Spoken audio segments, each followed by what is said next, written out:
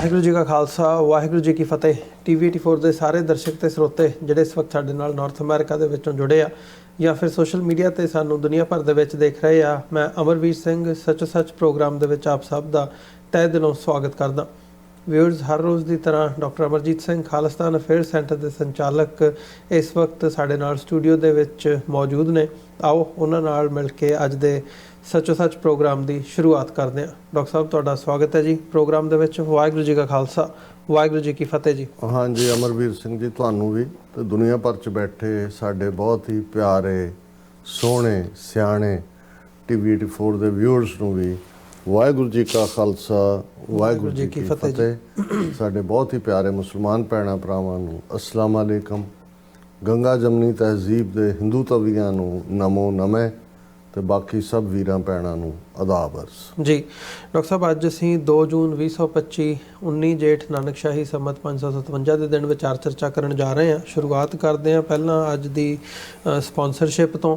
ਸਰਦਾਰ Gobinder Singh Texas ਤੋਂ ਉਹਨਾਂ ਨੇ ਅੱਜ ਦਾ ਪ੍ਰੋਗਰਾਮ ਸਪਾਂਸਰ ਕੀਤਾ ਹੈ। ਸੱਚੋ ਸੱਚ ਦੁਆਵਾਂ ਭੇਜੀਆਂ ਨੇ ਉਹਨਾਂ ਨੇ ਤੇ ਟੀਮ ਦੀ ਕੌਮ ਦੀ ਚੜ੍ਹਦੀ ਕਲਾ ਦੇ ਲਈ ਅਰਦਾਸ ਵੀ ਕੀਤੀ ਆ।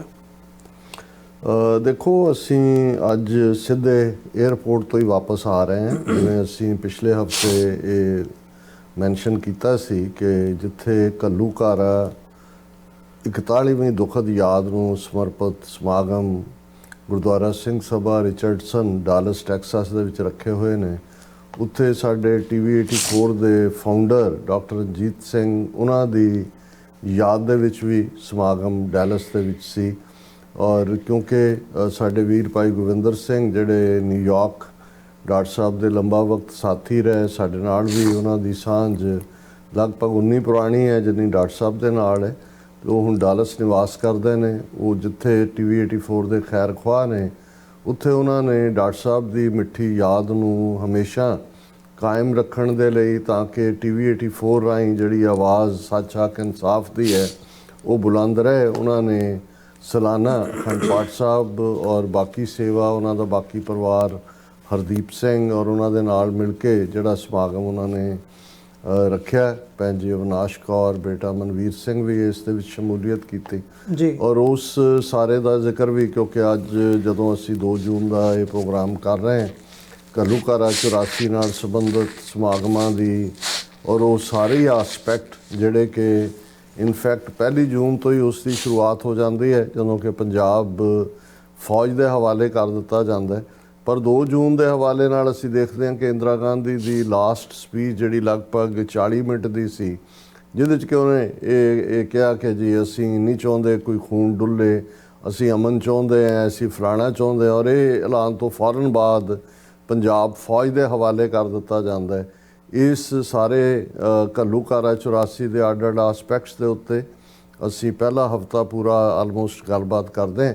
ਔਰ ਕਿਉਂਕਿ ਇਹ ਅਸੀਂ ਪਰਤੇ ਹਾਂ ਡੈਲਸ ਤੋਂ ਹੀ, ਅੱਜ ਆਲਮੋਸਟ ਏਅਰਪੋਰਟ 'ਤੇ 5 ਘੰਟੇ ਦਾ ਡਿਲੇ ਸੀ ਔਰ ਇਸ ਕਰਕੇ ਅਸੀਂ ਸਿੱਧਾ ਹੀ ਜਿਹੜਾ ਉਹ ਇਸ ਸਟੂਡੀਓ ਆਏ ਹਾਂ। ਤਾਂ ਅਸੀਂ ਪਹਿਲਾਂ ਇਸ ਡੈਲਸ ਸਮਾਗਮ ਨੂੰ ਜ਼ਰੂਰ ਮੈਂਸ਼ਨ ਕਰਨਾ ਚਾਹੁੰਦੇ ਹਾਂ, ਕਿਉਂਕਿ ਇਹ ਘੱਲੂਘਾਰੇ ਦੇ ਨਾਲ ਵੀ ਇਸ ਦਾ ਸਿੱਧਾ ਸਬੰਧ ਹੈ ਔਰ ਗੁਰਦੁਆਰਾ ਸਿੰਘ ਸਭਾ ਦੀ ਮੈਨੇਜਮੈਂਟ ਹਮੇਸ਼ਾ ਹੀ ਕੋਆਪਰੇਟਿਵ ਹੁੰਦੀ ਹੈ। ਔਰ ਇਸ ਪ੍ਰੋਗਰਾਮ ਨੂੰ ਸਾਂਝੇ ਤੌਰ ਦੇ ਉੱਤੇ ਹੀ ਉਲੀਕਿਆ ਗਿਆ ਸੀ। ਵੱਡੀ ਗਿਣਤੀ ਦੇ ਵਿੱਚ 3 ਦਿਨ ਅਖੰਡ ਪਾਠ ਸਾਹਿਬ ਦੀ ਆਰੰਭਤਾ ਔਰ ਸਮਾਪਤੀ ਤੱਕ ਸੰਗਤਾਂ ਦੀ ਪਾਰਟਿਸਪੇਸ਼ਨ ਰਹੀ। ਦਰਸ਼ਕ ਨਾਲ ਪਿਕਚਰਸ ਵੀ ਦੇਖ ਸਕਦੇ ਨੇ। ਔਰ ਐਤਵਾਰ ਦਾ ਮੁੱਖ ਸਮਾਗਮ ਜਿਹੜਾ ਲਗਭਗ 2-2.5 ਘੰਟੇ ਚੱਲਿਆ, ਉਸ ਦੇ ਵਿੱਚ ਜਿੱਥੇ ਪੰਥਕ ਬੁਲਾਰਿਆਂ ਨੇ ਡਾਕਟਰ ਸਾਹਿਬ ਦੀ ਸ਼ਖਸੀਅਤ ਨੂੰ ਸਰਾਇਆ, ਟ੍ਰਿਬਿਊਟ ਦਿੱਤੀ, ਉੱਥੇ ਘੱਲੂਘਾਰਾ 84 ਦੇ ਨਾਲ ਹੀ, ਕਿਉਂਕਿ ਜਦੋਂ ਅਸੀਂ ਕਿਸੇ ਵੀ ਸਿੱਖ ਸ਼ਹੀਦ ਦਾ ਸਫ਼ਰ ਦੇਖਦੇ ਹਾਂ ਜੀ, ਸਿੱਖ ਐਕਟਿਵਿਸਟ ਦਾ ਸਫ਼ਰ ਦੇਖਦੇ ਹਾਂ, ਜਾਂ ਜਿਹੜੇ ਅੱਜ ਵੀ ਬਿਹਾਈਂਡ ਬਾਰਸ ਨੇ 30-35 ਸਾਲਾਂ ਤੋਂ, ਤੇ ਗੱਲ ਅਲਟੀਮੇਟਲੀ ਜਾ ਕੇ ਜੂਨ 84 ਦੇ ਘੱਲੂਘਾਰਾ ਔਰ ਉਸ ਤੋਂ ਬਾਅਦ ਕੌਮ ਦੇ ਖਿਲਾਫ ਜਿਹੜੀ ਟੋਟਲ ਵਾਰ ਲਗਾਤਾਰਤਾ ਨਾਲ ਚੱਲ ਰਹੀ ਹੈ, ਉਸ ਦੇ ਨਾਲ ਹੀ ਜਾ ਕੇ ਜੁੜਦਾ।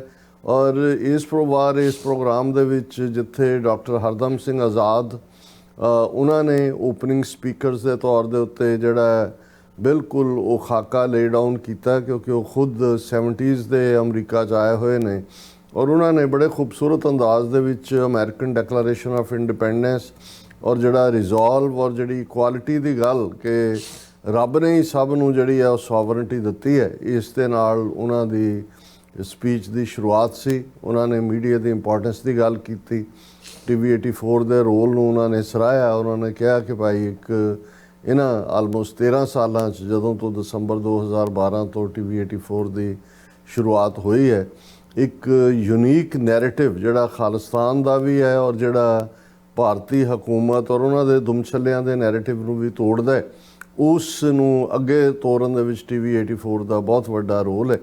ਔਰ ਉਸ ਸਮਾਗਮ ਦੇ ਵਿੱਚ ਖਾਸ ਤੌਰ 'ਤੇ ਬੀਬੀ ਗਜ਼ਾਲਾ ਹਬੀਬ ਜਿਹੜੇ ਕਿ ਕਸ਼ਮੀਰੀ ਐਕਟਿਵਿਸਟ ਨੇ, ਡਾਲਸ 'ਚ ਰਹਿੰਦੇ ਨੇ, ਉਹਨਾਂ ਨੂੰ ਅਸੀਂ ਟਾਈਮ ਟੂ ਟਾਈਮ ਨਿਊਯਾਰਕ ਔਰ DC ਦੇ ਡੈਮੋਨਸਟ੍ਰੇਸ਼ਨਸ ਵੇਲੇ ਇੰਟਰਵਿਊ ਕੀਤਾ ਹੋਇਆ, ਉਹ ਵੀ ਉਹਨਾਂ ਨੇ ਸ਼ਮੂਲੀਅਤ ਕੀਤੀ। ਉਹਨਾਂ ਦੀ ਬੜੀ ਜ਼ੋਰਦਾਰ ਮੋਟੀਵੇਸ਼ਨਲ ਸਪੀਚ ਸੀ ਜਿਹਦੇ 'ਚ ਉਹਨਾਂ ਨੇ ਜਿੱਥੇ ਉਹਨਾਂ ਨੂੰ ਆਪਣੇ ਆਪ ਨੂੰ ਉਹਨਾਂ ਨੇ ਕਸ਼ਮੀਰ ਦੀ ਬੇਟੀ ਔਰ ਖਾਲਸੇ ਦੇ ਕੋਲ ਜਿਹੜਾ ਸੰਘਰਸ਼ ਦੀ ਗੱਲ ਹੈ, ਔਰ ਉਹਨਾਂ ਨੇ ਇਹ ਕਿਹਾ ਕਿ ਭਾਈ ਤੁਹਾਡੀ ਕੌਮ 'ਚ ਸੱਚਮੁੱਚ ਫਖਰ ਵਾਲੀ ਸਾਨੂੰ ਵੀ ਫਖਰ ਮਿਲਦਾ ਹੈ ਜਦੋਂ ਅਸੀਂ ਦੇਖਦੇ ਹਾਂ ਕਿ ਘੱਲੂਘਾਰਾ 84 ਲਈ ਜ਼ਿੰਮੇਵਾਰ ਇੰਦਰਾ ਗਾਂਧੀ ਨੂੰ ਸਜ਼ਾ ਯਾਫਤਾ ਕੀਤਾ ਔਰ 41 ਵਰ੍ਹਿਆਂ 'ਚ ਸਿੱਖ ਕੌਮ ਨੇ ਜਿਹੜਾ ਉਹ ਆਰਾਮ ਦੇ ਨਾਲ ਨਹੀਂ ਬੈਠੀ, ਇਸ ਸੰਘਰਸ਼ ਨੂੰ ਅੱਗੇ ਤੋਰਿਆ ਜਾ ਰਿਹਾ। ਔਰ ਇਸ ਦੇ ਨਾਲ ਹੀ ਸਾਡੇ ਵੀਰ ਸੁਖਵਿੰਦਰ ਸਿੰਘ ਜਿਹੜੇ ਵਾਇਸ ਆਫ ਖਾਲਸਾ ਦੇ ਨਾਲ ਵੀ ਜੁੜੇ ਨੇ, ਸਾਡੀ ਆਸਟ੍ਰੇਲੀਆ ਟ੍ਰਿਪ ਵਰਲਡ ਸਿੱਖ ਜਿਹੜੀ ਕਾਨਫਰੰਸ ਹੋਈ ਉਸ ਦੇ ਵੀ ਮੇਨ ਪਲੈਨਰਸ ਦੇ ਵਿੱਚ ਸਨ। ਉਹਨਾਂ ਨੇ ਇਸ ਪਾਰਟ ਨੂੰ ਅੱਗੇ ਤੋਰਿਆ ਕਿ ਅੱਜ ਜੰਗ ਨੈਰੇਟਿਵ ਦੀ ਹੈ ਔਰ ਕਿਵੇਂ ਜਿਹੜਾ ਨੈਰੇਟਿਵ ਔਰ ਖ਼ਾਸ ਤੌਰ 'ਤੇ ਜਿਵੇਂ ਉਹਨਾਂ ਨੇ ਮੈਂਸ਼ਨ ਕੀਤਾ ਕਿ ਅੱਜ ਵੀ ਸਾਡੇ ਚੰਗੇ ਚੰਗੇ ਲੋਕ ਵੀ ਲਫ਼ਜ਼ ਬਲੂ ਸਟਾਰ ਕਹਿਣਗੇ। ਔਰ ਮੈਂ ਦੇਖਦਾ ਈਵਨ ਜੀ ਬਲੂ ਸਟਾਰ ਦੀ 41ਵੀਂ ਐਨੀਵਰਸਰੀ ਔਰ ਦੂਸਰਾ ਉਹਨਾਂ ਨੇ ਕਿਹਾ ਵੀ ਇਹ ਦੁਸ਼ਮਣ ਦੇ ਦਿੱਤੇ ਹੋਏ ਨਾਂ ਨੇ ਔਰ ਸਾਨੂੰ ਇਹਨਾਂ ਤੋਂ ਇਹਨਾਂ ਦੀ ਵਰਤੋਂ ਤੋਂ ਗੁਰੇਜ਼ ਕਰਨਾ ਚਾਹੀਦਾ। ਪਰ ਨਾਲ ਦੀ ਨਾਲ ਇਹ ਜਿਹੜਾ ਸੀ ਉਹਨਾਂ ਨੇ ਇਹ ਵੀ ਮੈਂਸ਼ਨ ਕੀਤਾ ਕਿ ਵੀ ਜਿਹੜੇ ਲਫ਼ਜ਼ ਅਦਰਵਾਈਜ਼ ਪਾਇਸ ਲਫ਼ਜ਼ ਨੇ, ਜਿਵੇਂ ਜਿਹਾਦ ਹੈ, ਜਿਹਾਦ ਦਾ ਮਤਲਬ ਸੱਚ ਹੱਕ ਇਨਸਾਫ ਲਈ ਲੜਨਾ ਹੈ ਜਾਂ ਸ਼ਹੀਦੀ ਲੈਣਾ ਹੈ, ਲੇਕਿਨ ਉਹਨੂੰ ਇੰਨਾ ਨੈਗੇਟਿਵ ਪੋਰਟਰੇ ਕੀਤਾ ਗਿਆ ਕਿ ਉਹ ਡਰਟੀ ਲਫ਼ਜ਼ ਬਣ ਗਿਆ। ਇਵੇਂ ਹੀ ਖਾਲਿਸਤਾਨ, ਇਹ ਅਸੀਂ ਜਦੋਂ ਰਾਜ ਕਰੇਗਾ ਖਾਲਸਾ ਪੜ੍ਹਦੇ ਹਾਂ, ਇਹ ਸੋਵਰਨਟੀ ਦਾ ਇਹੀ ਜਿਹੜੀ ਹੈ ਉਹ ਰੈਪੂਟੇਸ਼ਨ ਹੈ ਕਿ ਵੀ ਅਸੀਂ ਸੋਵਰਨ ਹੈ, ਅਸੀਂ ਕੋਈ ਗੁਲਾਮੀ ਨਹੀਂ ਕਬੂਲਣੀ।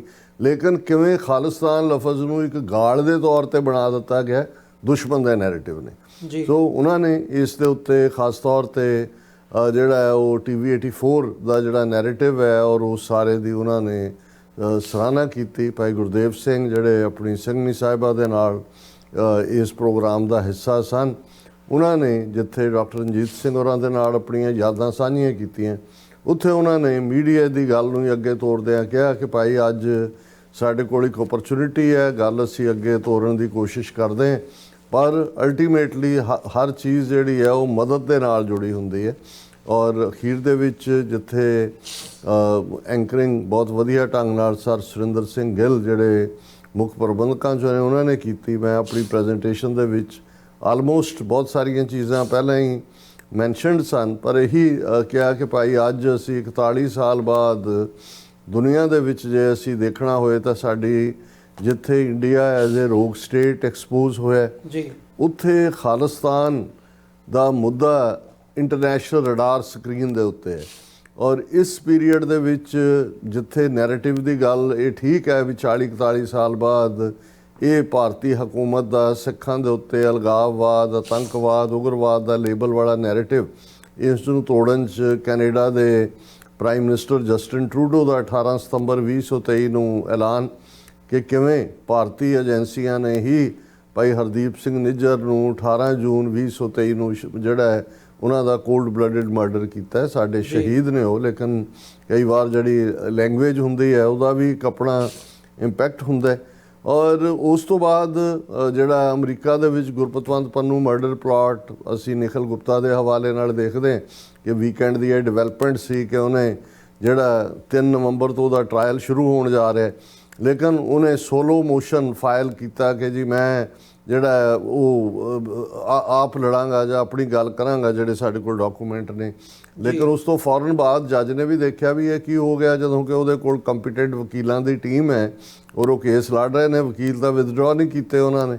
ਔਰ ਜਦੋਂ ਵਕੀਲਾਂ ਨੇ ਫਿਰ ਇੰਟਰਵੀਨ ਕੀਤਾ ਤਾਂ ਫਿਰ ਉਹਨੇ ਨਿਖਿਲ ਗੁਪਤਾ ਨੇ ਕਿਹਾ ਨਹੀਂ ਮੈਂ ਜਿਹੜਾ ਵਕੀਲਾਂ ਰਾਹੀਂ ਗੱਲ ਕਰਾਂਗਾ। ਸੋ ਸਾਨੂੰ ਇਹ ਲੱਗਦਾ ਕਿ ਵੀ ਇਹ ਪਾਰਟ ਇਸ ਸਾਰੇ ਨੂੰ ਜਿੱਥੇ ਅਮਰੀਕਨ ਏਜੰਸੀਆਂ ਨੇ ਟਰੰਪ ਐਡਮਿਨਿਸਟ੍ਰੇਸ਼ਨ ਦੇ ਆਉਣ ਤੋਂ ਬਾਅਦ ਵੀ ਕੋਈ ਇਹ ਨਹੀਂ ਹੈ ਵੀ ਜਿਵੇਂ ਕਈਆਂ ਨੂੰ ਇਹ ਲੱਗਦਾ ਸੀ ਕਿ ਵੀ ਸ਼ਾਇਦ ਮੋਦੀ ਟਰੰਪ ਦੀ ਯਾਰੀ ਦੀਆਂ ਕਿਸੇ ਕਹਾਣੀਆਂ ਇੰਨੇ ਪਪੂਲਰ ਕੀਤੇ ਹੋਏ ਨੇ ਕਿ ਵੀ ਉਹਦੇ 'ਚ ਕੋਈ ਕਮਜ਼ੋਰੀ ਆਏ।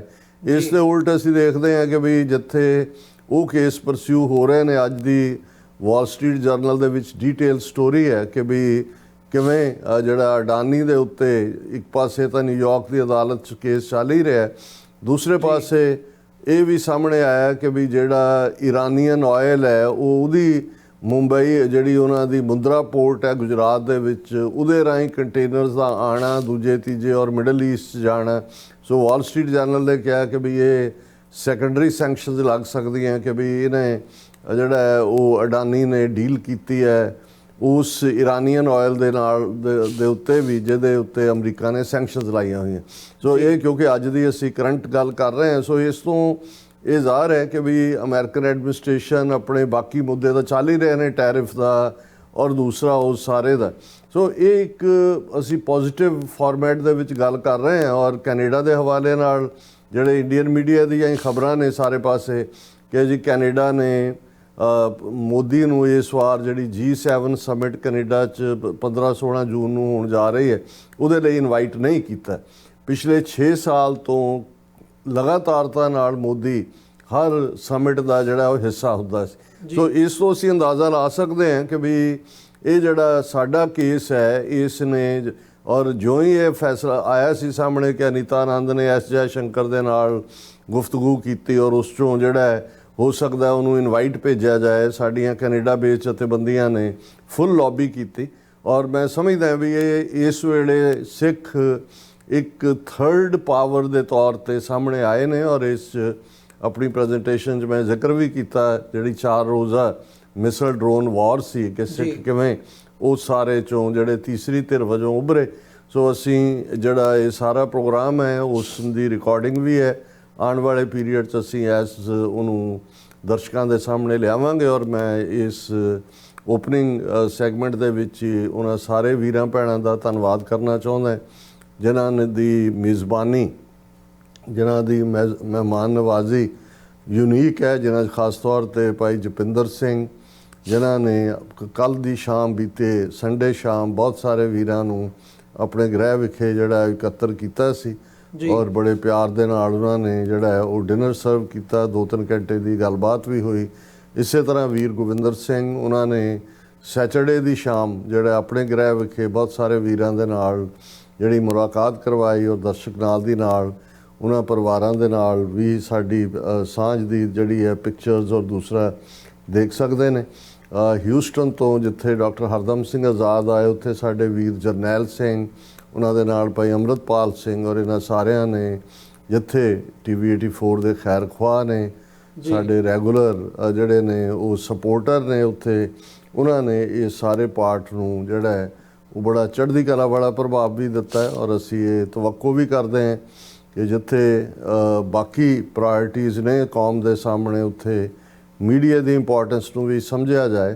ਔਰ ਅੱਜ ਜਦੋਂ ਲੜਾਈ ਬਹੁਤ ਸਾਰੇ ਪਲੇਟਫਾਰਮਸ ਤੇ ਨੈਰੇਟਿਵ ਦੀ ਲੜਾਈ ਹੈ, ਉਸ ਹਵਾਲੇ ਦੇ ਨਾਲ ਵੀ ਅਸੀਂ ਸਮਝਦੇ ਹਾਂ ਕਿ TV 84 ਆਪਣਾ ਬਣਦਾ ਜਿਹੜਾ ਫਰਜ਼ ਹੈ ਉਹ ਅਦਾ ਕਰ ਰਿਹਾ। ਜੀ ਡਾਕਟਰ ਸਾਹਿਬ, ਬਿਲਕੁਲ ਕੋਸ਼ਿਸ਼ ਜਾਰੀ ਹੈ। ਜਿੱਥੇ ਅਸੀਂ 41 ਸਾਲਾ ਦੁਖਦ ਯਾਦ ਘੱਲੂਘਾਰਾ 1984 ਦੀ ਅਸੀਂ ਉਹਦੀ ਕਮੈਮੋਰੇਸ਼ਨ ਦੇ ਵਿੱਚ ਗੱਲ ਕਰ ਰਹੇ ਹਾਂ। ਤੁਸੀਂ ਨੈਰੇਟਿਵ ਦੀ ਗੱਲ ਕੀਤੀ ਹੈ, ਨੈਰੇਟਿਵ ਦੀ ਇੰਪੋਰਟੈਂਸ ਦੀ ਗੱਲ ਕੀਤੀ ਹੈ। ਇਹ ਅਸੀਂ ਪਹਿਲੇ ਦਿਨ ਤੋਂ ਜਾਂ 1984 ਤੋਂ ਵੀ ਪਹਿਲਾਂ ਦਾ ਟਾਈਮ ਪੀਰੀਅਡ ਦੇਖਦੇ ਹਾਂ ਅਤੇ ਉਦੋਂ ਤੋਂ ਹੀ ਇਹ ਗੱਲ ਕਲੀਅਰ ਹੁੰਦੀ ਹੈ ਕਿ ਕਿਵੇਂ ਸਟੇਟ ਵੱਲੋਂ ਇੱਕ ਪ੍ਰੋਪੇਗੈਂਡਾ ਮਸ਼ੀਨਰੀ ਦੇ ਰਾਹੀਂ ਪ੍ਰੋਪੇਗੈਂਡਾ ਕੀਤਾ ਗਿਆ, ਇੱਕ ਨੈਰੇਟਿਵ ਬਿਲਡ ਕੀਤਾ ਗਿਆ। ਸਿੱਖਾਂ ਨੂੰ ਕਿਵੇਂ ਅੱਤਵਾਦ ਦੇ ਨਾਲ, ਟੈਰਰਿਜ਼ਮ ਦੇ ਨਾਲ, ਜਾਂ ਇਹ ਕਹਿ ਲਓ ਵੀ ਮੈਜੋਰਿਟੀ ਦੇ ਨਜ਼ਰਾਂ ਦੇ ਵਿੱਚ ਸਿੱਖਾਂ ਨੂੰ ਇੱਕ ਕਿਸਮ ਦਾ ਪੇਂਟ ਕੀਤਾ ਗਿਆ ਤਾਂ ਕਿ ਉਹ 84 ਦੇ ਵਿੱਚ ਜੋ ਉਹਨਾਂ ਨੇ ਕਾਰਾ ਕੀਤਾ ਉਹਨੂੰ ਜਸਟੀਫਾਈ ਕਰ ਸਕਣ। ਹੁਣ ਇਹ ਕਹਾਣੀ ਉਦੋਂ ਤੋਂ ਸ਼ੁਰੂ ਹੋ ਜਾਂਦੀ ਹੈ। ਉਹਦੇ 'ਚ ਗੱਲਾਂ ਬਹੁਤ, ਫੈਕਟਰਸ ਬਹੁਤ ਹੈਗੇ ਨੇ, ਲੇਅਰਸ ਬਹੁਤ ਹੈਗੀਆਂ ਨੇ, ਜਾਂ ਨੈਰੇਟਿਵ ਉਸ ਕਿਸਮ ਦਾ ਪ੍ਰੋਪੇਗੈਂਡਾ ਵੱਖਰੇ ਵੱਖਰੇ ਲੈਵਲ ਦੇ ਉੱਤੇ ਕੀਤਾ ਗਿਆ। ਹੁਣ ਇੱਕ ਤਾਂ ਅਸੀਂ ਉਹ ਬਹੁਤ ਦੁਹਰਾਉਂਦੇ ਹਾਂ, ਮੈਂ ਚਾਹੂੰਗਾ ਵੀ ਉਹਦਾ ਵੀ ਤੁਸੀਂ ਜੇ ਥੋੜ੍ਹਾ ਜਿਹਾ ਪਿਛੋਕੜ ਦੇ ਵਿੱਚ ਜਾ ਕੇ ਮੈਂਸ਼ਨ ਕਰ ਸਕੋ। ਪਰ ਉਹਦੇ ਨਾਲੋਂ ਵੀ ਜ਼ਿਆਦਾ ਇੰਪੋਰਟੈਂਟ ਇਹ ਦੇਖਣਾ ਜਾਂ ਇਹ ਸਮਝਣਾ ਆ ਵੀ ਉਹਦੇ ਪਿੱਛੇ ਸਾਈਕੀ ਕੀ ਕੰਮ ਕਰਦੀ ਸੀ, ਉਹਦੇ ਪਿੱਛੇ ਆਈਡੀਓਲੋਜੀ ਕਿਹੜੀ ਸੀਗੀ। ਜਦੋਂ ਅਸੀਂ ਆਈਡੀਓਲੋਜੀਕਲ ਡਿਫਰੈਂਸਿਸ ਦੀ ਗੱਲ ਕਰਦੇ ਹਾਂ ਵੀ ਸਿੱਖਾਂ ਦੀ, ਸਿੱਖਿਜ਼ਮ ਦੀ ਬ੍ਰਾਹਮਣਿਜ਼ਮ ਦੇ ਨਾਲ ਲੜਾਈ ਕਿਸ ਗੱਲ ਤੋਂ ਹੈ ਜਾਂ ਕਿੱਥੇ ਡਿਫਰੈਂਸਿਸ ਹੈਗੇ ਆ, ਜਿਹਦਾ ਜ਼ਿਕਰ ਅਫਜ਼ਲ ਅਹਿਸਨ ਰੰਧਾਵਾ 9 ਜੂਨ 1984 ਨੂੰ ਕਰਦੇ ਆ ਕਿ ਵੈਰੀਆਂ ਕੱਢ ਵਿਖਾਲਿਆ ਹੈ 5 ਸਦੀਆਂ ਦਾ ਵੈਰ। ਸੋ ਉਹ 5 ਸਦੀਆਂ ਦਾ ਵੈਰ ਕੀ ਹੈ ਉਹ ਗੱਲ ਸਮਝਣੀ ਇੰਪੋਰਟੈਂਟ ਹੈਗੀ ਹੈ। ਮੈਂ ਚਾਹੂੰਗਾ ਵੀ ਉਹਦੇ 'ਤੇ ਥੋੜ੍ਹਾ ਜਿਹਾ ਜੇ ਤੁਸੀਂ ਜ਼ਰੂਰ ਸਾਡੇ ਦਰਸ਼ਕਾਂ ਦੇ ਨਾਲ ਸਾਂਝਾ ਕਰੋ। ਦੇਖੋ, ਤੁਸੀਂ ਮਲਟੀਪਲ ਸਵਾਲ ਆਪਣੇ ਇੱਕ ਸਵਾਲ ਦੇ ਵਿੱਚ ਜੋੜ ਦਿੱਤੇ ਨੇ।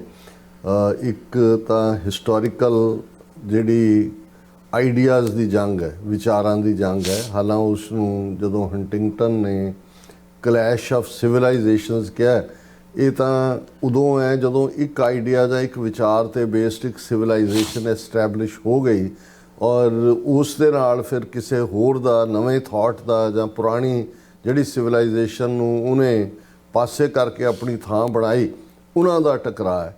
ਪਰ ਇਸ ਮਾਮਲੇ ਦੇ ਵਿੱਚ ਤਾਂ ਅਸੀਂ ਥਾਟ ਪ੍ਰੋਸੈਸ ਤੋਂ ਇਹ ਟਕਰਾਅ ਦੀ ਬੁਨਿਆਦ ਉਦੋਂ ਹੀ ਦੇਖ ਲੈਂਦੇ ਹਾਂ ਜਦੋਂ ਕਿ ਗੁਰੂ ਨਾਨਕ ਪਾਤਸ਼ਾਹ ਨੇ ਲਗਭਗ 10-11 ਸਾਲ ਦੀ ਉਮਰ 'ਚ, ਜਦੋਂ ਕਿ ਉਹਨਾਂ ਦੇ ਜਿਹੜੀ ਕੁੱਲ ਦੀ ਰੀਤ ਸੀ ਉਹਦੇ ਮੁਤਾਬਕ ਬੱਚੇ ਨੂੰ ਯੱਗਯੋਪਵੀਤ, ਜਿਸ ਨੂੰ ਅਸੀਂ ਜਨੇਊ ਪਾਉਣਾ ਕਹਿੰਦੇ ਹਾਂ, ਉਹ ਕੀਤਾ ਜਾਂਦਾ ਸੀ। ਅਤੇ ਗੁਰੂ ਨਾਨਕ ਪਾਤਸ਼ਾਹ ਨੇ ਪਾਂਧੇ ਦਾ ਹੱਥ ਫੜ ਲਿਆ ਸੀ ਕਿ ਮੈਂ ਇਹ ਜਨੇਊ ਨਹੀਂ ਪਾਉਣਾ, ਕਿਉਂਕਿ ਉਹ ਵੀ ਜਦੋਂ ਹਾਲਾਂਕਿ ਗੁਰਬਾਣੀ ਦਾ ਸ਼ਬਦ ਤਾਂ ਬਾਅਦ ਦੇ ਵਿੱਚ ਜ਼ਾਹਰ ਹੈ ਕੰਪੋਜ਼ ਹੋਇਆ ਹੋਏਗਾ, ਲੇਕਿਨ ਇਹ ਆਪਣੇ ਆਪ ਦੇ ਵਿੱਚ ਗੁਰੂ ਨਾਨਕ ਪਾਤਸ਼ਾਹ ਦਾ ਉਸ ਇਕੱਲੇ ਆਈਡੀਆ ਦੇ ਖਿਲਾਫ ਨਹੀਂ ਕਿ ਬ੍ਰਾਹਮਣਵਾਦ ਇੱਕ ਆਈਡੀਆ ਨਹੀਂ ਸੀ, ਬ੍ਰਾਹਮਣਵਾਦ ਇੱਕ ਸਿਵਲਾਈਜੇਸ਼ਨ ਬਣ ਚੁੱਕੀ ਸੀ।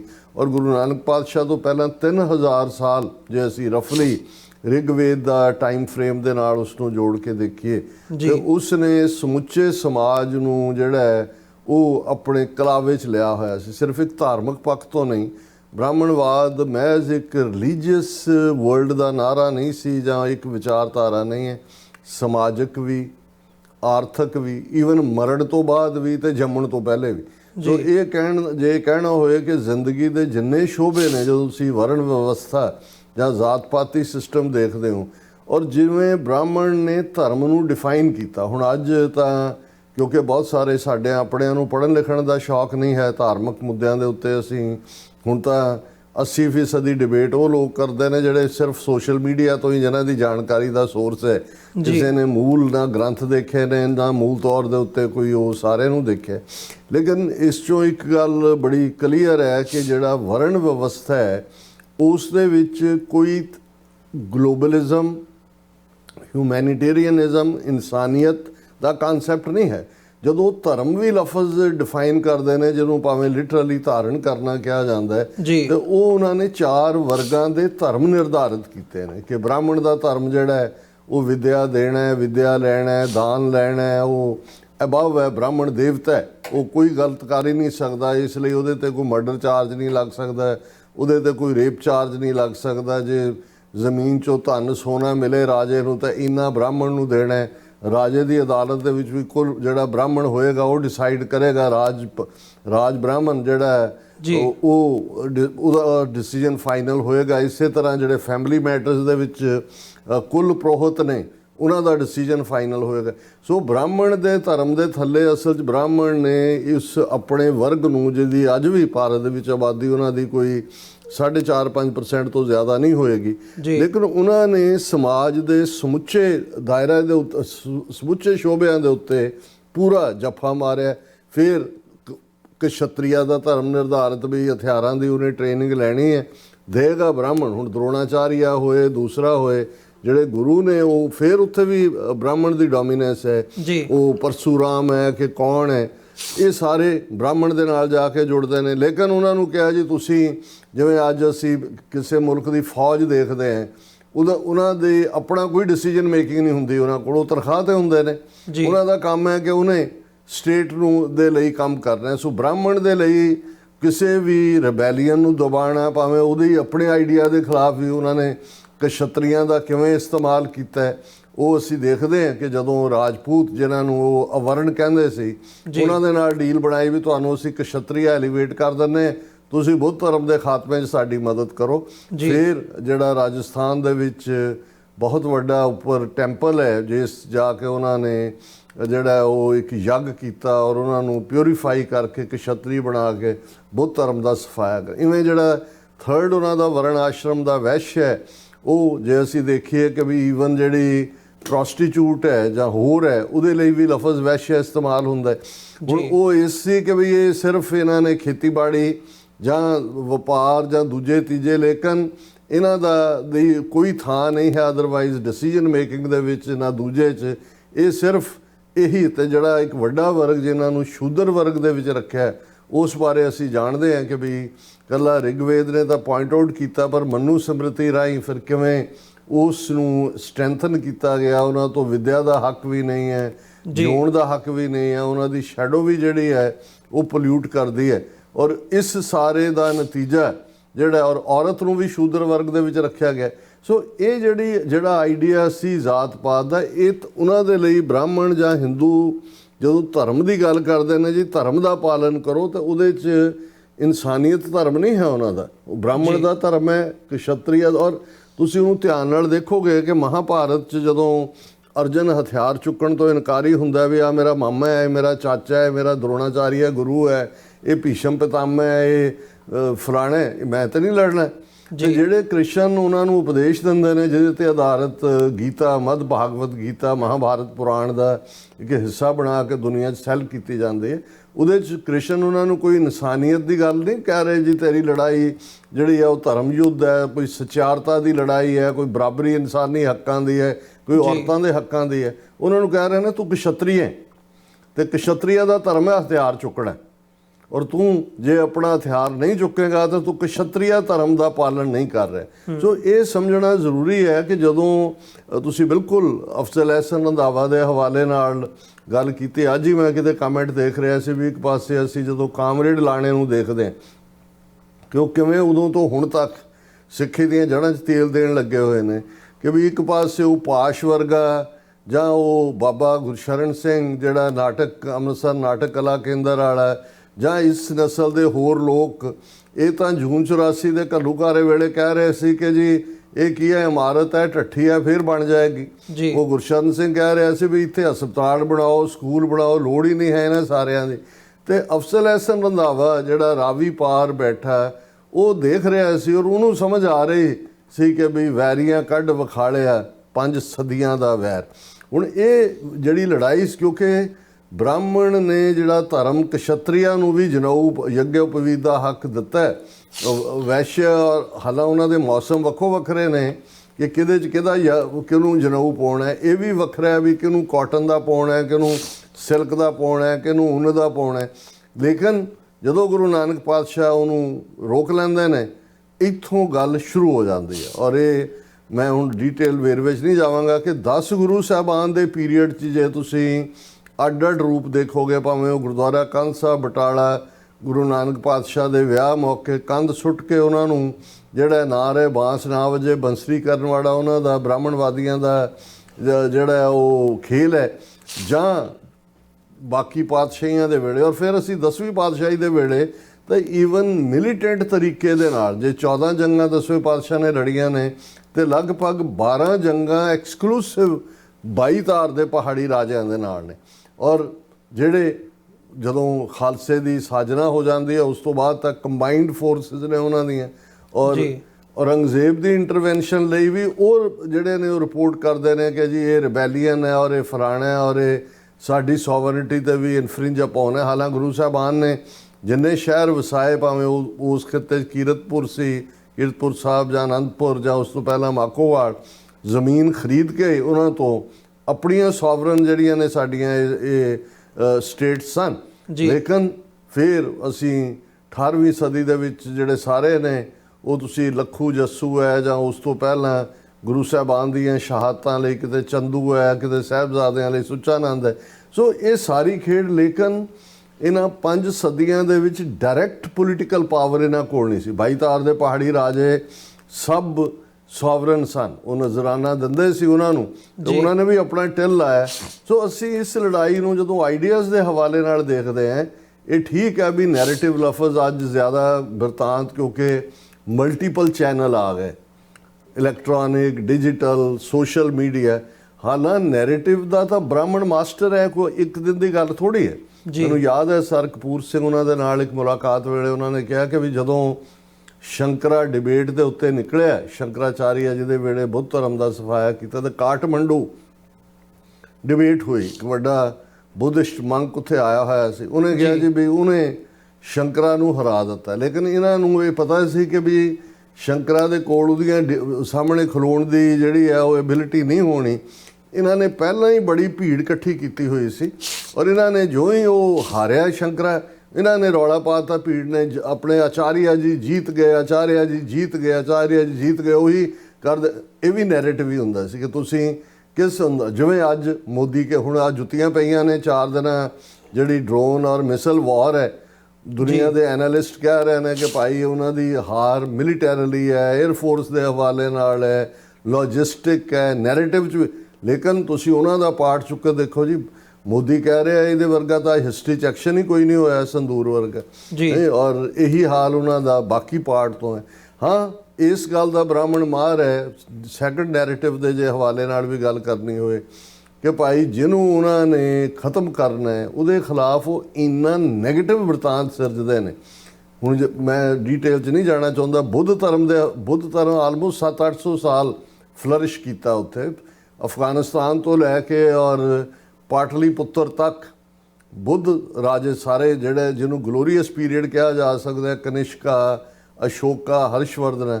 ਲੇਕਿਨ ਕਿਵੇਂ ਬੁੱਧ ਨੂੰ ਬਦਨਾਮ ਕੀਤਾ, ਕਿਵੇਂ ਬੌਧੀ ਭਿਕਸ਼ੂਆਂ ਔਰ ਦੂਸਰਿਆਂ ਦੇ ਖਿਲਾਫ ਪਹਿਲਾਂ ਸ਼ਾਸਤਰ ਦੇ ਨਾਲ, ਤੇ ਜੇ ਆਈਡੀਆ ਜਾਂ ਬਿਰਤਾਂਤ ਦੇ ਨਾਲ ਗੱਲ ਬਣਦੀ ਨਹੀਂ ਹੈ ਤੇ ਫਿਰ ਸ਼ਸਤਰ ਦੇ ਨਾਲ ਮਾਰੋ। ਸੋ ਜੇ ਤੁਸੀਂ ਸਿੱਖਾਂ ਬਾਰੇ ਦੇਖੋ ਵੀ ਇਹਨਾਂ ਦਾ ਇੱਕ ਪਾਸੇ ਵਿਦਨ ਹੌਸਟਾਈਲ ਨੈਰੇਟਿਵ ਸੀ ਕਿ ਜੀ ਇਹ ਤਾਂ ਜਿਹੜੇ ਨੇ ਇਹ ਬਿਲਕੁਲ ਉਹਦੇ 'ਚ ਤੁਸੀਂ ਦਿਆਨੰਦ ਦਾ ਸਤਿਆਰਥ ਪ੍ਰਕਾਸ਼ ਦੇਖ ਸਕਦੇ ਹੋ। ਲੇਕਿਨ ਇਹਦੇ ਨਾਲ ਇੱਕ ਪਾਸੇ ਪੋਜ਼ਿਟਿਵ ਨੈਰੇਟਿਵ ਦੇਣ ਦੀ ਵੀ ਕੋਸ਼ਿਸ਼ ਉਹਨਾਂ ਨੇ ਕੀਤੀ, ਇਹ ਕਹਿ ਕੇ ਕਿ ਸਿੱਖ ਤਾਂ ਦੇਖੋ ਜੀ ਅਸੀਂ ਤਾਂ ਹਿੰਦੂ ਟੱਬਰਾਂ 'ਚੋਂ ਇੱਕ ਮੁੰਡਾ ਸਿੱਖ ਬਣਾ ਦੇਈਦਾ ਸੀ, ਔਰ ਸਿੱਖ ਤਾਂ ਵੱਡੇ ਭਰਾ ਨੇ, ਇਹ ਸਾਡੀ ਖੜਕਧਾਰੀ ਪੁਜਾ ਨੇ। ਔਰ ਇਹ ਪਾਰਟ ਹਮੇਸ਼ਾ, ਹੁਣ ਜਦੋਂ ਅਸੀਂ 41ਵੀਂ ਘੱਲੂਘਾਰੇ ਦੀ ਯਾਦ ਦੀ ਗੱਲ ਕਰ ਰਹੇ ਹਾਂ, 2 ਦਿਨ ਪਹਿਲਾਂ ਬੀਜੇਪੀ ਦੀ ਪੰਜਾਬ ਯੂਨਿਟ ਨੇ ਕਾਂਗਰਸ ਨੂੰ ਜ਼ਿੰਮੇਵਾਰ ਦੱਸਦਿਆਂ ਘੱਲੂਘਾਰੇ ਦੇ ਸ਼ਹੀਦਾਂ ਨੂੰ ਸ਼ਰਧਾਂਜਲੀ ਦਿੱਤੀ, ਜਦੋਂ ਰੌਲਾ ਪੈ ਗਿਆ ਕਿ ਵੀ ਇਹ ਬੀਜੇਪੀ, ਹੁਣ ਉਹਨਾਂ ਨੇ ਆਪਣੀ ਉਹ ਪੋਸਟ ਡਿਲੀਟ ਕਰ ਦਿੱਤੀ। ਸੋ ਜੇ ਉਹਨਾਂ ਨੂੰ ਲੱਗਦਾ ਹੈ ਕਿ ਵੀ ਇਹ ਰੌਲਾ ਪਾਇਆ ਜਾਂ ਇਹ ਕਿਹਾ ਕਿ ਜੀ ਬਹੁਤ ਮਾੜਾ ਹੋਇਆ ਕਾਂਗਰਸ ਨੇ ਕੀਤਾ ਜੀ, ਉਸ ਨੈਰੇਟਿਵ ਨੂੰ ਵੀ ਉਹ ਔਨ ਕਰ ਲੈਣਗੇ। ਸੋ ਉਹਨਾਂ ਨੇ ਜਿਹੜਾ 5 ਸਦੀਆਂ ਤੋਂ ਸਿੱਖੀ ਬਾਰੇ, ਜਦੋਂ ਤੁਸੀਂ ਖਾਸ ਤੌਰ 'ਤੇ ਸਿੱਖ ਰਾਜ ਜਾਣ ਤੋਂ ਬਾਅਦ, ਜੇ ਤੁਸੀਂ 19ਵੀਂ ਸਦੀ ਦੇ ਦੂਸਰੇ ਐਂਡ ਦੇ ਵਿੱਚ ਸ਼ਰਧਾ ਰਾਮ ਫਲੋਰੀ, ਜਿਹੜਾ ਸਨਾਤਨੀਆਂ ਦਾ ਆ ਕੇ ਕਿਵੇਂ ਸਿੱਖੀ ਦੀ ਨੈਗੇਸ਼ਨ ਕਰਦਾ ਹੈ, ਆਰੀਆ ਸਮਾਜ ਦੀ ਸ਼ੁੱਧੀਕਰਨ ਦੀ ਲਹਿਰ ਜਿਹਦੇ ਥੱਲੇ ਲਾਈਨ 'ਚ ਬਿਠਾ ਕੇ ਸਿੱਖਾਂ ਦੇ ਕੇਸ ਕਤਲ ਕੀਤੇ ਜਾਂਦੇ ਸੀ, ਔਰ ਦਿਆਨੰਦ ਦੇ ਚੇਲੇ ਜਾਂ ਦੂਜੇ ਕਹਿੰਦੇ ਸੀ ਵੀ ਇਹਨਾਂ ਨੂੰ ਅਸੀਂ ਪਿਉਰੀਫਾਈ ਕਰ ਦਿੱਤਾ ਹੈ, ਇਹਨਾਂ ਦਾ ਸ਼ੁੱਧੀਕਰਨ ਕਰ ਦਿੱਤਾ ਹੈ। ਫਿਰ ਤੁਸੀਂ ਇਹਨਾਂ ਦਾ ਜਿਹੜਾ ਆਰੀਆ ਸਮਾਜੀਆਂ ਦੇ ਚੋਂ ਹੀ ਨਿਕਲਿਆ ਭਾਈ ਪਰਮਾਨੰਦ ਔਰ ਦੂਸਰੇ, ਜਿਨ੍ਹਾਂ ਨੇ ਈਵਨ ਬਾਬਾ ਬੰਦਾ ਸਿੰਘ ਬਹਾਦਰ ਜਾਂ ਦੂਸਰੇ, ਉਹਨਾਂ ਨੂੰ ਵੈਰਾਗੀਆਂ ਦੇ ਖਾਤੇ 'ਚ ਪਾਉਣ ਦੀ ਕੋਸ਼ਿਸ਼ ਕੀਤੀ, ਜਿਹੜੀ ਅੱਜ ਵੀ ਪਾਉਣ ਦੀ ਕੋਸ਼ਿਸ਼ ਕਰ ਰਹੇ ਨੇ। ਸੋ ਇਹ ਬੋਥ ਸਾਈਡਸ ਆਫ ਦਾ ਆਇਲ ਪਲੇ ਕਰਨ ਦੀ ਲਾਈਨ ਰਹੀ ਹੈ। ਲੇਕਿਨ 15 ਅਗਸਤ 1947 ਤੋਂ ਬਾਅਦ ਇਹਨਾਂ ਨੂੰ ਲੋੜ ਨਹੀਂ ਸੀ ਦੂਸਰੇ ਨੈਰੇਟਿਵ ਦੀ, ਬੜਾ ਭਾਈ ਕਹਿਣ ਦੀ ਜਾਂ ਦੂਜੀ। ਇਸ ਲਈ ਉਹਨਾਂ ਨੇ ਸਿੱਧਾ ਹੀ ਜਿਹੜਾ ਉਹ ਅਕਤੂਬਰ ਦੇ ਵਿੱਚ ਜਿਹੜਾ ਉਹ 1947 'ਚ ਸਰਕੂਲਰ ਕੱਢਿਆ ਵੀ ਸਿੱਖ ਸਾਰੇ criminal tribe and a manage to the law abiding Hindus. ਨਹੀਂ, ਉਹਨਾਂ ਨੇ ਇੱਥੋਂ ਸ਼ੁਰੂਆਤ ਕੀਤੀ, ਪੰਜਾਬੀ ਜ਼ਬਾਨ ਨੂੰ ਗਵਾਰਾਂ ਦੀ ਜ਼ੁਬਾਨ ਕਹਿ ਕੇ ਸੂਬਾ ਦੇਣ ਤੋਂ ਨਾ ਕੀਤੀ। 37 ਸਾਲ ਸਿੱਖਾਂ ਨੇ ਪੀਸਫੁਲੀ 47 ਤੋਂ 84 ਤੱਕ ਅਕਾਲੀ ਦਲ ਨੇ ਅੱਡ-ਅੱਡ ਮੌਕਿਆਂ 'ਤੇ, ਔਰ ਉਹਦੇ 'ਚ ਉਹਨਾਂ ਨੇ ਆਊਟ ਆਫ ਦਾ ਵੇ ਜਾ ਕੇ ਐਮਰਜੈਂਸੀ ਦੇ ਵੇਲੇ ਜਿਵੇਂ ਸਿੱਖ ਜਿਹੜੇ ਨੇ ਉਹਦੇ ਖਿਲਾਫ ਖਲੋਤੇ, ਮੋਰਚਾ ਲਾਇਆ ਦੂਸਰਾ। ਲੇਕਿਨ ਇਸ ਸਭ ਦੇ ਬਾਵਜੂਦ ਉਹਨਾਂ ਨੇ ਦੇਖ ਲਿਆ ਕਿ ਬਈ ਸ਼ਾਸਤਰ ਨਾਲ ਮਾਰਨ ਵਾਲੀ ਗੱਲ ਦਾ ਵੇਲਾ ਲੰਘ ਗਿਆ, ਹੁਣ ਸ਼ਸਤਰ ਨਾਲ ਮਾਰੋ। ਇਹ ਹੈ ਜੂਨ 84 ਦਾ ਟੋਟਲ ਵਾਰ ਡਿਕਲੇਅਰ ਕਰਨ ਦਾ। ਪਰ ਤੁਸੀਂ 78 ਤੋਂ ਲੈ ਕੇ, ਕਿਉਂਕਿ ਮੈਂ ਸਮਝਦਾ ਵੀ ਜੇ ਇੰਡੀਅਨ ਸਟੇਟ ਔਰ ਸਿੱਖ ਕੌਮ ਦੇ ਵਿਚਾਲੇ ਲਾਈਨ ਖਿੱਚਣੀ ਹੋਏ 13 ਅਪ੍ਰੈਲ 1978 ਇੱਕ ਕ੍ਰੂਸ਼ਲ ਡੇ ਹੈ ਜੀ ਜਿਸ ਦਿਨ ਸ਼ਹੀਦ ਭਾਈ ਫੌਜਾ ਸਿੰਘ ਔਰ ਉਹਨਾਂ ਦੇ 12 ਹੋਰ ਸਾਥੀ ਸਿੰਘਾਂ ਨੂੰ ਸ੍ਰੀ ਅੰਮ੍ਰਿਤਸਰ ਜੀ ਦੇ ਸ਼ਹਿਰ 'ਚ ਖਾਲਸਾ ਸਾਜਨਾ ਦਿਵਸ ਵਾਲੇ ਮੌਕੇ ਪੰਜਾਬ 'ਚ ਬਾਦਲਾਂ ਦੀ ਹਕੂਮਤ ਹੁੰਦਿਆਂ ਸ਼ਹੀਦ ਕੀਤਾ ਗਿਆ ਸੀ। ਕਿਉਂਕਿ ਉਦੋਂ ਤੱਕ ਹਕੂਮਤ ਨੇ ਦੋਨੋਂ ਜਿਹੜੇ ਫਰੰਟ ਹੈ ਗੁਰੂ ਗ੍ਰੰਥ ਔਰ ਗੁਰੂ ਪੰਥ ਉਹਨਾਂ ਨੂੰ ਡਿਸਟਰੋਏ ਕਰਨ ਦੀ ਨੀਤੀ ਨੂੰ ਇੰਪਲੀਮੈਂਟ ਕਰਨਾ ਸ਼ੁਰੂ ਕਰ ਦਿੱਤਾ ਸੀ। ਉਹਦੇ 'ਚੋਂ ਹੀ ਨਕਲੀ ਗੁਰੂਡਮ ਨੂੰ ਪ੍ਰਮੋਟ ਕਰਨਾ ਸੀ। ਔਰ 78 ਤੋਂ ਜਦੋਂ ਸਿੱਖਾਂ ਨੇ ਪੀਸਫੁਲ ਪ੍ਰੋਟੈਸਟ ਕੀਤਾ ਉਹਨਾਂ ਦੀਆਂ ਸ਼ਹੀਦੀਆਂ ਹੋਈਆਂ। ਜਿਹੜਾ ਜੂਨ 84 ਦੇ ਪਹਿਲੇ ਹਫਤੇ ਤੋਂ 78 ਤੋਂ ਬਾਅਦ 6 ਸਾਲ ਦਾ ਨੈਰੇਟਿਵ ਹੈ। ਤੁਸੀਂ ਭਾਰਤ ਦਾ ਸਮੁੱਚਾ ਪ੍ਰਿੰਟ ਮੀਡੀਆ, ਉਦੋਂ ਅਜੇ ਸੋਸ਼ਲ ਮੀਡੀਆ ਜਾਂ ਟੀਵੀ ਵੀ ਉਸ ਲੈਵਲ ਤੇ ਨਹੀਂ ਸੀ, ਉਹ ਭਾਰਤੀ ਦੂਰਦਰਸ਼ਨ ਸੀ, ਉਹਦਾ ਨੈਰੇਟਿਵ ਤੁਸੀਂ ਕੱਢ ਸਕਦੇ ਹੋ ਜੀ ਕਿ ਕਿਵੇਂ ਸਿੱਖਾਂ ਨੂੰ ਕਿਸ ਹੱਦ ਤੱਕ ਜਾ ਕੇ ਉਹ ਲਫ਼ਜ਼ ਜਿਹੜੇ ਪਹਿਲਾਂ ਕਿਸੇ ਡਿਕਸ਼ਨਰੀ 'ਚ ਹਿੰਦੀ ਜ਼ਬਾਨ ਦੀ 'ਚ ਐਗਜ਼ਿਸਟ ਨਹੀਂ ਸੀ ਕਰਦੇ, ਉਗਰਵਾਦ, ਆਤੰਕਵਾਦ, ਅਲਗਾਵਵਾਦ, ਤਾਂ ਚਲੋ ਉਹਨੂੰ ਮੈਂ ਮਾੜਾ ਲਫ਼ਜ਼ ਨਹੀਂ ਕਹਿੰਦਾ ਵੀ ਅਸੀਂ ਸੈਪਰੇਟ ਹੋਣਾ ਚਾਹੁੰਦੇ, ਪਰ ਉਹਨਾਂ ਨੇ ਇਸ ਢੰਗ ਦੇ ਨਾਲ ਸਿੱਖਾਂ ਦੇ ਵਿੱਚ ਫਿੱਟ ਕੀਤਾ ਕਿ ਜਦੋਂ ਤੱਕ ਉਹਨਾਂ ਨੇ ਇਹ ਘੱਲੂਘਾਰਾ ਵਰਤਾਇਆ ਔਰ ਉਸ ਤੋਂ ਬਾਅਦ ਨਵੰਬਰ 84 ਦੀ ਅਸੀਂ ਜੇ ਨਸਲਕੁਸ਼ੀ ਦੀ ਗੱਲ ਕਰੀਏ ਤਾਂ ਫਿਰ ਉਹ ਦੂਸਰਾ ਐਕਸਟ੍ਰੀਮ ਹੈ। ਉਹਨਾਂ ਨੇ ਇਹ ਸਾਬਤ ਕਰ ਦਿੱਤਾ ਸੀ ਉਸ ਆਪਣੇ ਝੂਠੇ ਬਿਰਤਾਂਤ ਦੇ ਨਾਲ ਕਿ ਸਿੱਖ ਆਤੰਕਵਾਦੀ ਨੇ, ਪਾਕਿਸਤਾਨ ਦੇ ਏਜੰਟ ਨੇ, ਇਹ ਧਰਮ ਜਿਹੜਾ ਹੈ ਇਹ ਸਾਡੀ ਦੇਸ਼ ਦੀ ਏਕਤਾ ਅਖੰਡਤਾ ਦੇ ਲਈ ਖਤਰਾ ਹੈ, ਇਹ ਮਾਰੇ ਜਾਣ ਦੇ ਕਾਬਲ ਨੇ। ਇਹ ਬਿਲਕੁਲ ਠੀਕ ਇਵੇਂ ਹੀ ਸੀ ਕਿ ਇੱਥੇ ਜੇ ਤੁਸੀਂ ਕਿਸੇ ਡੌਗ ਨੂੰ ਪੁੱਟ ਟੂ ਸਲੀਪ ਕਰਨਾ ਹੋਏ ਤਾਂ ਤੁਹਾਨੂੰ ਪ੍ਰੂਵ ਕਰਨਾ ਪੈਂਦਾ ਹੈ ਕਿ ਭਾਈ ਇਹ ਮੈਡ ਹੈ। ਔਰ ਉਹਨਾਂ ਹਾਲਾਤਾਂ 'ਚ ਉਹਨਾਂ ਦਾ ਨੈਰੇਟਿਵ ਪੁੱਗਿਆ ਵੀ। ਜੂਨ 84 ਤੋਂ ਬਾਅਦ ਜੇ ਮੈਂ ਇਹ ਕਹਾਂ ਕਿ 40 ਸਾਲ ਉਹਨਾਂ ਨੇ ਫਿਰ ਇਕੱਲਾ ਇਹ ਨਹੀਂ ਵੀ ਉੱਥੇ ਉਹਨਾਂ ਨੇ ਇੱਕ ਪਾਸੇ ਨੈਰੇਟਿਵ ਫਿਰ ਉਹਦੇ ਨਾਲ ਰਿਲੇਟਡ ਕੋਈ ਨਾ ਕੋਈ ਇਵੈਂਟ ਕਰਾਉਣਾ। ਏਅਰ ਇੰਡੀਆ ਡਿਜ਼ਾਸਟਰ ਮੈਂ ਹਮੇਸ਼ਾ ਮੈਂਸ਼ਨ ਕਰਦਾ ਹਾਂ ਜਿਹੜਾ ਜੂਨ 1985 ਦੇ ਵਿੱਚ ਕਰਵਾਇਆ ਗਿਆ, ਉਹਦੇ ਥੱਲੇ ਇੰਟਰਨੈਸ਼ਨਲੀ ਉਸ ਨੈਰੇਟਿਵ ਨੂੰ ਫਰਦਰ ਰੀਇਨਫੋਰਸ ਕਰ ਦਿੱਤਾ ਗਿਆ। ਪਰ ਇਹ ਅਲਟੀਮੇਟਲੀ ਅਸੀਂ ਇਮਾਨ ਵਾਲੀ ਕੌਮ ਹੈ, ਅਸੀਂ ਮੰਨਦੇ ਹਾਂ ਕਿ ਅਕਾਲ ਪੁਰਖ ਦੇ ਹੁਕਮ ਦੇ ਵਿੱਚ ਜਦੋਂ ਫਿਰ ਤਬਦੀਲੀ ਹੁੰਦੀ ਹੈ ਤੇ ਫਿਰ ਜਿਹੜਾ ਉਹ ਹੇਠਲੀ ਉੱਤੇ ਆ ਜਾਂਦੀ ਹੈ। ਔਰ ਇਹਨਾਂ 2 ਸਾਲਾਂ ਨੇ ਮੈਂ ਸਮਝਦਾ ਵੀ ਨਾ ਸਿਰਫ ਇੰਡੀਅਨ ਹਕੂਮਤ ਦੇ ਝੂਠ ਦੇ ਨੈਰੇਟਿਵ ਨੂੰ ਤੋੜਿਆ, ਸਗੋਂ ਸਿੱਖ ਨੈਰੇਟਿਵ, ਸਿੱਖ ਸੱਚਾਈ ਪਸੰਦ ਦਾ ਜਿਹੜਾ ਸਾਡਾ ਪਾਰਟ ਹੈ ਉਹ ਅੱਗੇ ਵਧਿਆ। ਜੀ ਡਾਕਟਰ ਸਾਹਿਬ ਬਿਲਕੁਲ। ਸੋ ਇੱਥੇ ਵਿਊਅਰਸ ਇੱਕ ਛੋਟੇ ਜਿਹੇ ਕਮਰਸ਼ੀਅਲ ਬ੍ਰੇਕ ਦੇ ਲਈ ਇੱਥੇ ਰੁਕਾਂਗੇ। ਬ੍ਰੇਕ ਤੋਂ ਬਾਅਦ ਗੱਲਬਾਤ ਨੂੰ ਅੱਗੇ ਤੋਰਦੇ ਹਾਂ।